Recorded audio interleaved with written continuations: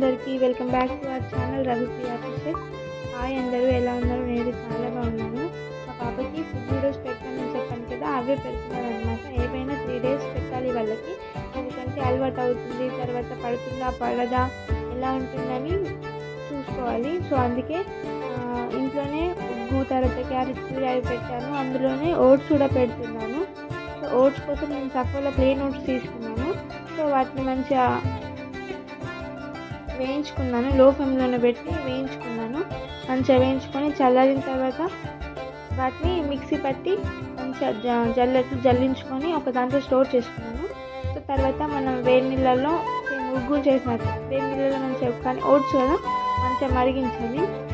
మంచిగా మరిగించిన తర్వాత లాస్ట్లో కొంచెం నెయ్యి వేయించుకొని తినేయడం. చాలా బాగా తింటుంది అన్నీ కూడా. అంతేనండి ఈ వీడియో కనుక మీకు నచ్చితే డూ లైక్, షేర్.